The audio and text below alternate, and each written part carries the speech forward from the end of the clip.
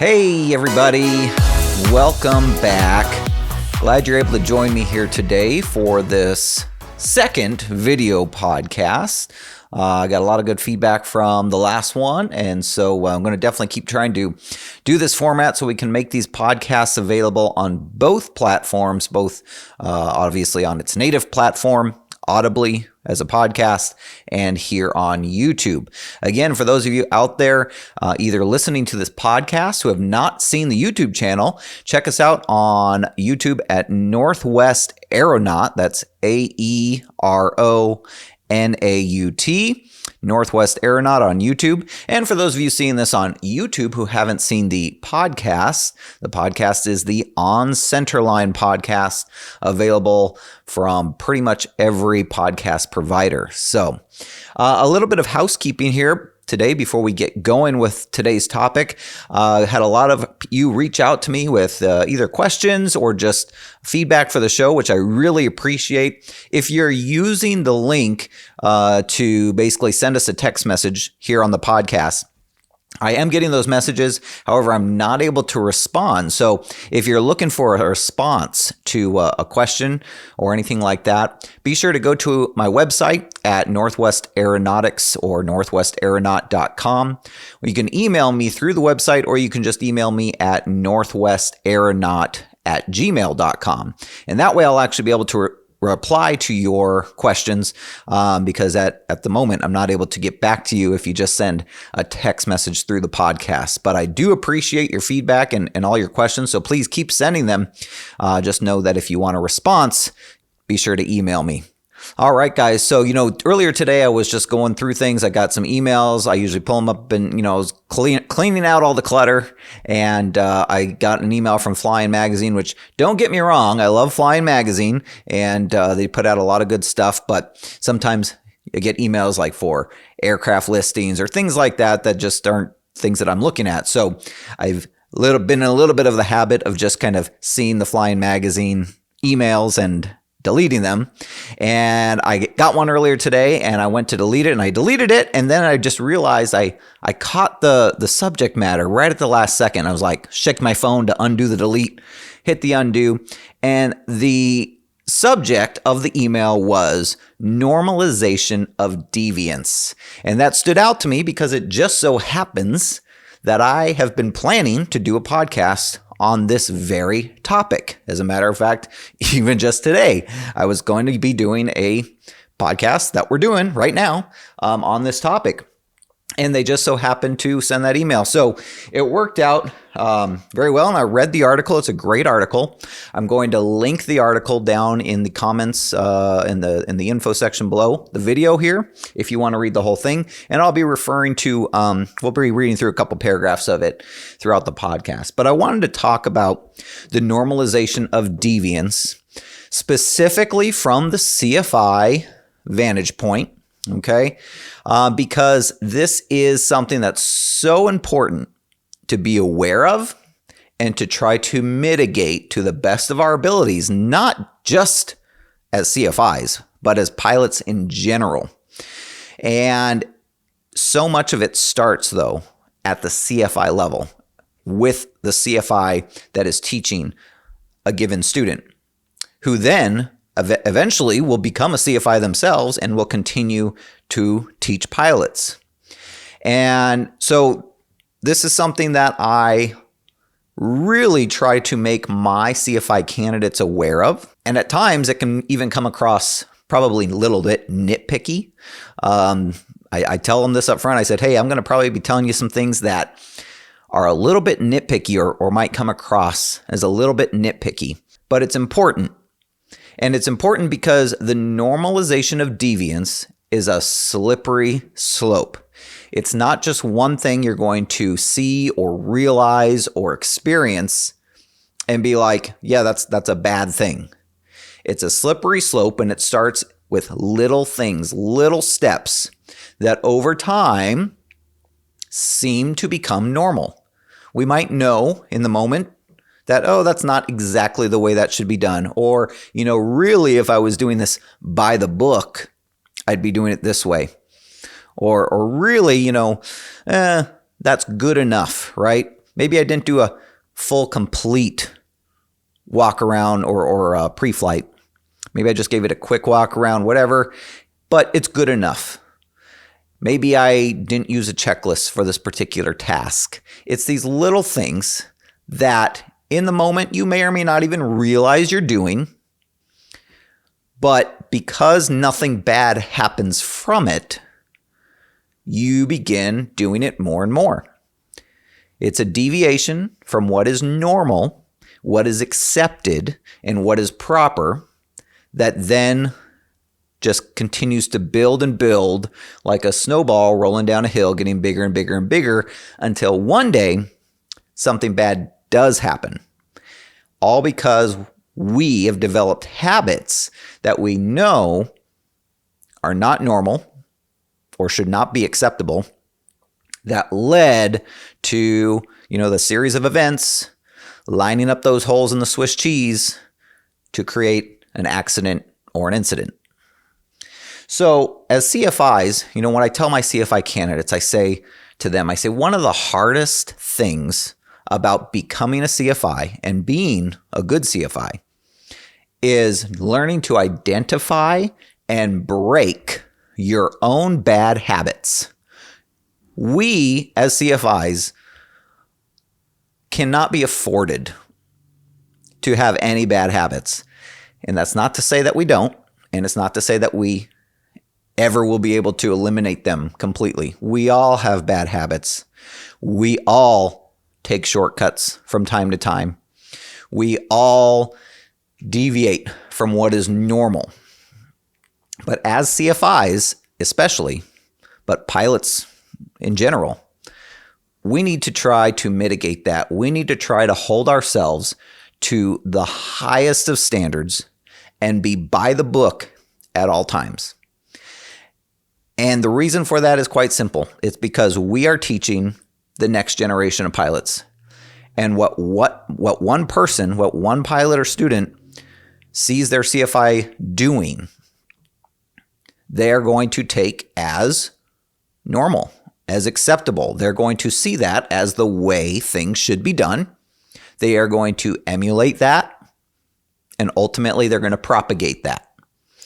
So even when it comes down to the smallest things, I say students are like children. They're going to pick up on the smallest things that you do without you even realizing it until one day they're going to say or do something, and you're going to look at them and you're going to be like, where did that come from? Why are you doing that?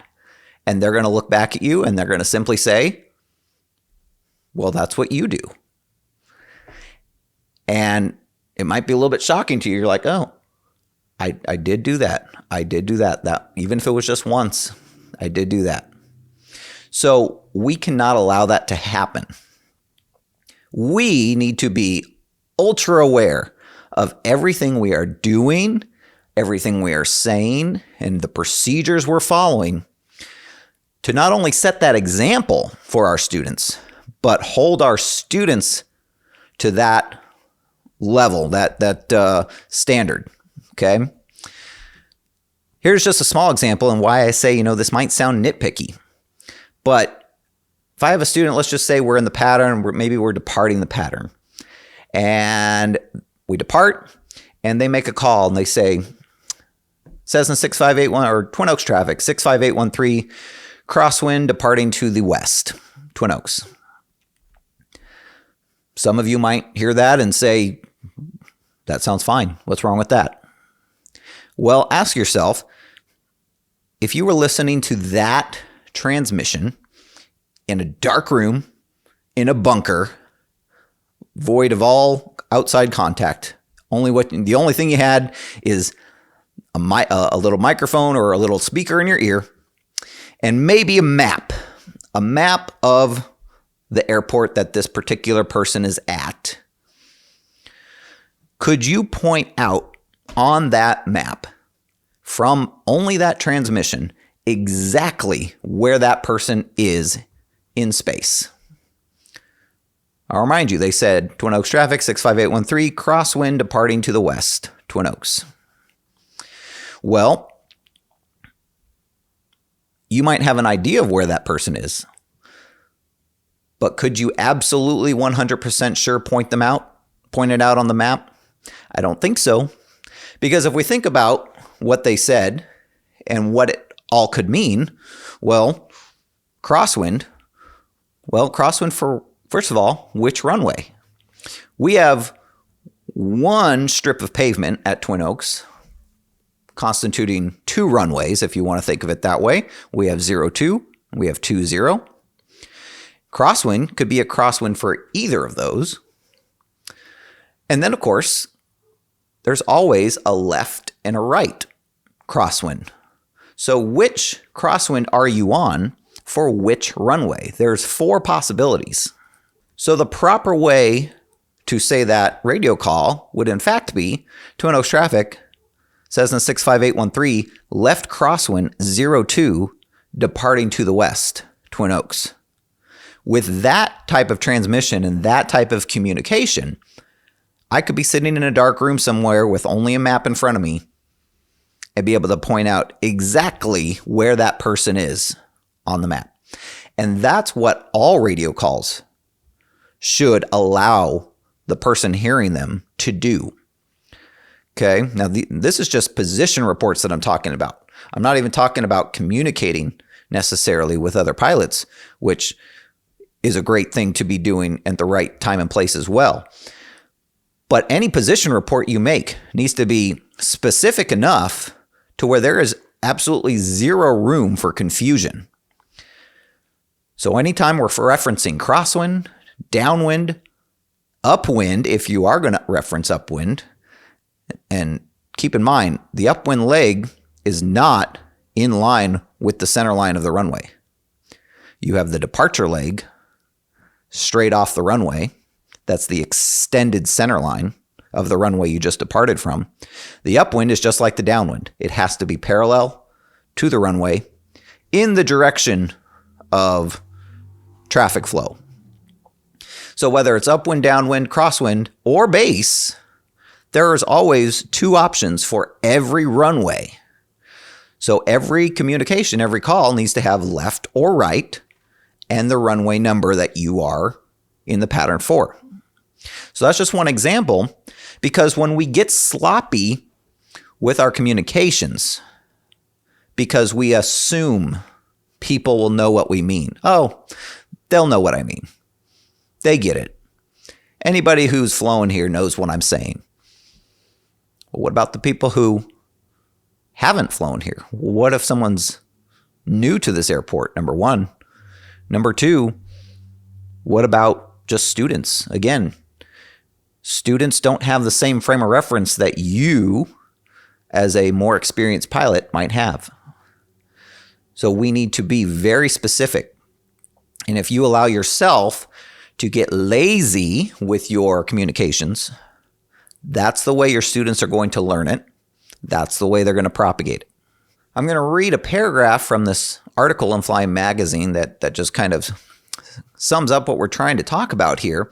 And this is actually, it's a really great article. There's a lot of things in here actually that I've been intending to talk about. I'll probably be referring back to this article in future podcast episodes as well. But here's this one paragraph from this article on normalization of deviance.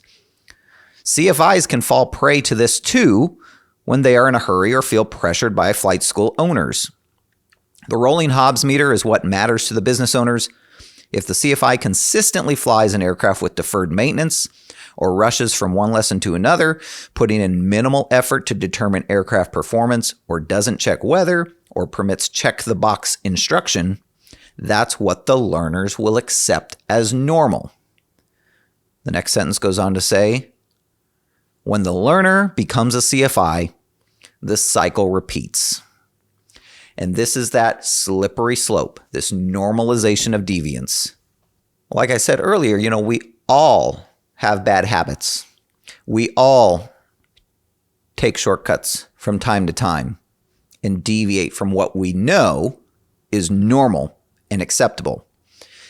It's human nature. No one is ever going to be perfect. We all we all slip over time, okay?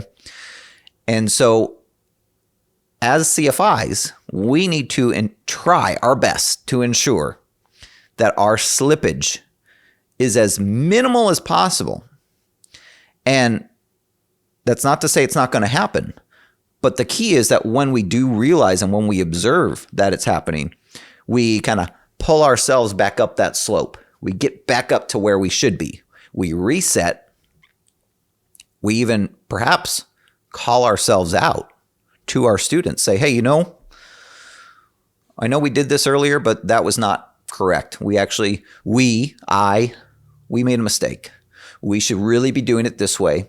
And it's important that going forward, we do it this way. Because even though things were okay this time, this is the proper way to do them. This is the way we need to be doing them. I'm going to make sure that we are better at doing that. And I want you, talking to our student, I want you to hold me accountable too. Okay? If you see me not using a checklist, call me out. Okay? Let's hold each other accountable. Because understanding that over time, we all are going to slip into that realm of deviance. Could be for smaller things. It could be for bigger things. And those smaller things could turn into bigger things.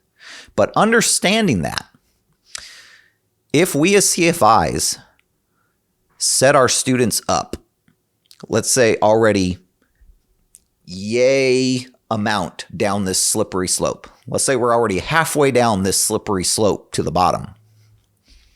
Well, then that's their new starting point. That halfway point is now their starting point, and their deviance, their corners that they're going to cut, their laziness in the future is only going to continue to take them down that slippery slope. We need to make sure our students are always starting as close to the top of this slope, of this mountain as possible, so that as slippage occurs, they don't fall too far astray. All right? So that is our challenge. That is our duty and our job as flight instructors, let alone just as pilots. You don't have to be a flight instructor to help combat the normalization of deviance. If you're just a pilot and you observe another pilot, whether you're flying with that pilot or just maybe observing them from a outside perspective, if you see something that you know is not proper, bring it up to them in a constructive manner. Perhaps relate to that situation. Perhaps say, hey, I noticed you did this earlier. I've done that before too, and I keep having to remind myself that actually we should be doing it this way. And I just wanted to bring it up just so you don't fall into that same trap that I fell into back then. Okay, if you can relate it to yourself, it doesn't come across as confrontational, or that you're calling them out, or that they are in any way feeling attacked, or that you're saying they're a bad pilot or a bad person. Okay, but it's all of our responsibilities and duties to provide for a effective and overall safe national airspace system and an aviation community. All right. So normalization of deviance, guys, something to be aware of as CFIs, as pilots, and just as people in general. This is not specific to the aviation industry. So let me know what you think down below in the comments. Shoot me a note. Remember, if you want a response from me, shoot me an email at northwestaeronaut@gmail.com. I really appreciate you guys hanging out with me today, and we will see you next time on Centerline.